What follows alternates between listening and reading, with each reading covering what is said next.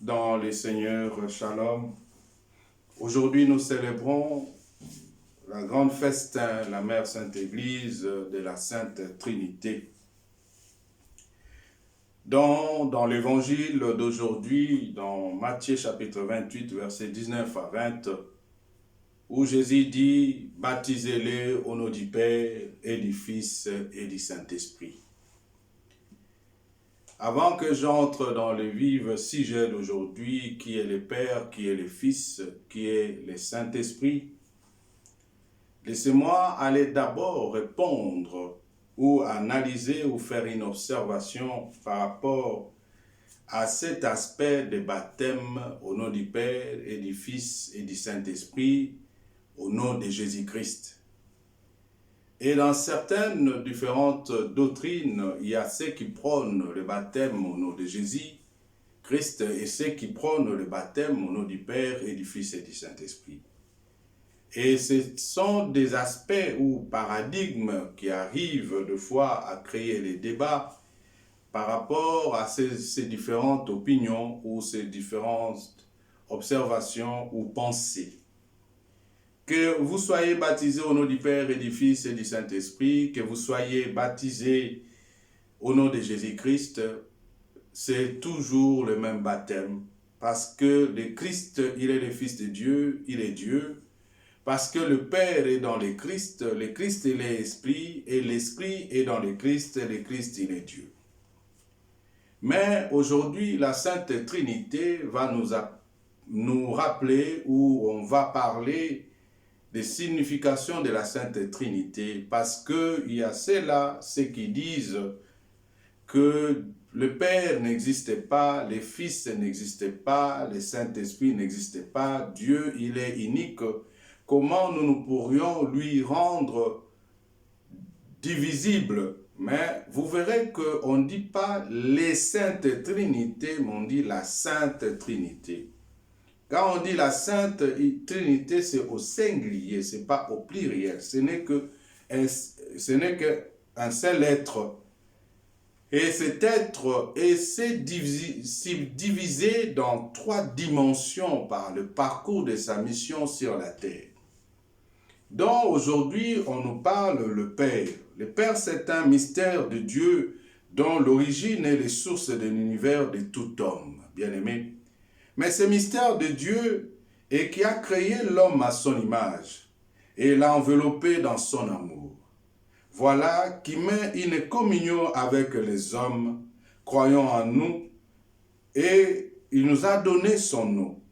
Que lui aussi est aimé de Dieu, le Père.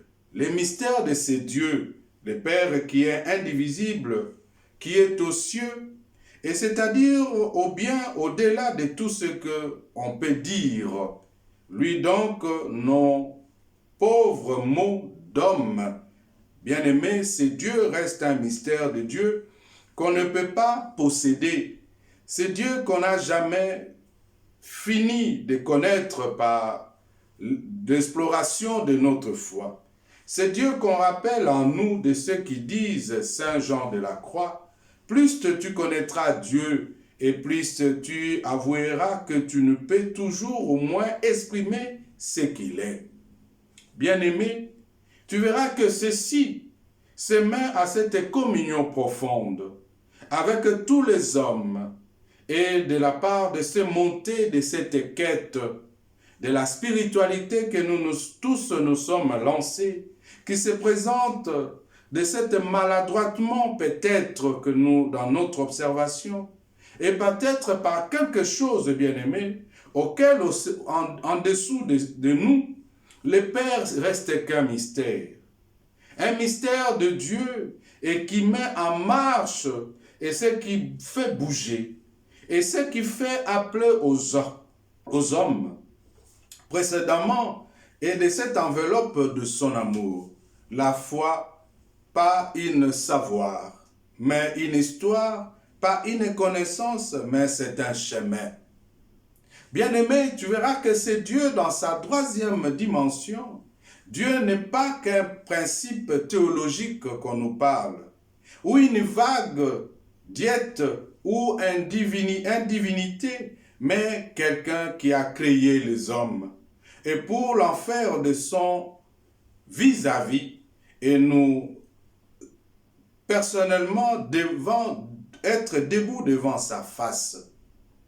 Et c'est Dieu, bien-aimé dans le Seigneur, le Dieu le Père qu'on parle. Si vous lisez dans la Bible, c'est Dieu qui traverse la dimension, la première étape de la dimension, Dieu le Père en tant que créateur. En tant que créateur, dans Genèse chapitre 3, il t'a créé à son image, à sa ressemblance. Il a créé toutes choses qui existent. Il t'a fait à sa moitié. Et cela veut nous montrer, comme la Bible le dit, c'est le Seigneur qui est Dieu là en haut dans le ciel, comme ici-bas sur la terre. Il n'y a pas d'autre Dieu. Dans Deutéronome chapitre 4, versets 32, 34, 39 à 40. Il n'y a que lui, le seul créateur. Il n'y a pas un autre Dieu qui peut nous créer et qui a réalisé de tout ce que nous voyons, ce qui est visible et ce qui est invisible. Mais dans la Sainte Trinité, Dieu vient dans cette deuxième dimension, dans son existence qu'on appelle le Fils, l'accomplisseur, le rachat en fait. C'est Christ, Dieu venu pour nous racheter. Il nous a construit, il veut venir maintenant pour racheter son peuple. Le Fils d'un mystère de Dieu qui se fait proche, qui vient vers nous sans nous donner le temps de chercher le meilleur moyen d'aller vers lui. D'un Dieu qui a pris visage d'un être humain, qui m'a vu, il a vu le Père, dit Jésus. Et Jésus disait cela à Philippe pour lui faire montrer que je suis le Père qui est venu vers toi. Voilà qui nous invite à prêter attention, bien-aimés, à cette écriture sainte et qui lui rend témoignage que Dieu, il est venu à travers nous dans l'attitude et dans le rôle de fils. Le Fils, c'est un mystère de Dieu, vulnérablement par l'amour. Dieu ne pouvait pas souffrir. Voici qu'un Jésus, Dieu par amour accepte de souffrir, même de mourir pour toi et moi, bien-aimés. Jésus qui nous a dit que l'amour du prochain visible comme critère des véritables amours de Dieu, Dieu indivisible, voilà, il met première balisée pour guider notre foi et notre amour et notre route. Le Fils qu'on parle, le Fils est un mystère de Dieu et qui prend un corps. Et c'est un corps d'aujourd'hui que je te parle, que dans cette église où le peuple de Dieu sont baptisés, qui marche vers le Père, où la Bible nous dit « Errez le peuple dont le Seigneur est leur Dieu ». Pourquoi on dit « Errez le peuple dont le Seigneur est leur Dieu » ? Parce que si la Bible dit « Si Dieu est pour moi, qui sera contre moi ?» Voilà, c'est Dieu qui vient vers toi, bien-aimé. Et il vient dans sa troisième dimension en tant que l'Esprit. L'Esprit, l'accomplissateur de toutes choses. Donc, c'est un autre mystère de ce Dieu qui travaille avec les hommes et dans l'intérieur des hommes. Et qui suscite aussi dans notre émerveillante fait de nous contempler dans l'esprit. Les mystères de ce Dieu fidèle qui assiste notre Église aujourd'hui, qui assiste ton temple qui est le corps que lui-même habite et qui se traduit dans cet évangile d'aujourd'hui. Dans ce contexte aussi d'aujourd'hui, cet contexte nouveau. Ce mystère de Dieu qui nous délivre de l'obsession de la lettre précède et pour faire appel à notre conscience et notre éducation. C'est Dieu qui vient dans l'esprit pour nous libérer dans cette responsabilité. L'esprit de Dieu reste qu'un mystère de Dieu plein d'amour qui signe son passage par la paix et la joie. Ces joies disent Jésus, qu'il n'y a rien de personne ne pourra nous ravir. Cette joie qui vient de Dieu, cette joie qui vient de l'Esprit.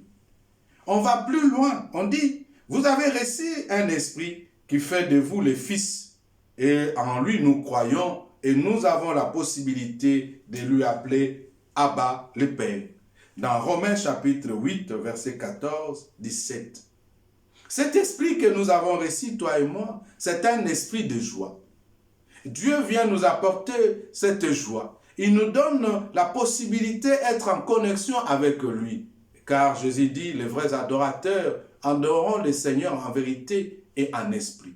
Ce n'est que ceux qui sont dans l'esprit de Dieu, ce n'est que eux qui ont la vérité. Et ce n'est que eux qui peuvent être en contact permanent avec ce Dieu. Bien-aimés, nous devons marcher vers le Père. Cela nous ouvre solidarité plutôt, insoupçonnée dans notre foi. Nous devons chercher par les Fils qui nous procurent les balises pour guider notre route.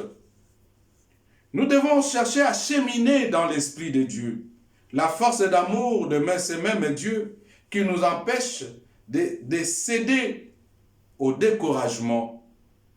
Le Père, le Fils et l'Esprit, tels sont les trois hôtes d'Abraham et d'Abraham de la célèbre icône qu'aujourd'hui, notre hospitalité avec eux dans le goûton de cette halte, refaisons notre force dans ces repas, de cette Eucharistie que nous devons prendre avant de prendre notre marche vers le Père, vers le Fils, vers le Saint-Esprit. Ceux qui ont les oreilles, qu'ils entendent, ceux qui ont le cœur, qui les gardent, ceux qui ont la volonté, qui les mettent en pratique. Mettons-nous debout pour... Seigneur a fait les cieux par sa parole, l'univers par le souffle de sa bouche.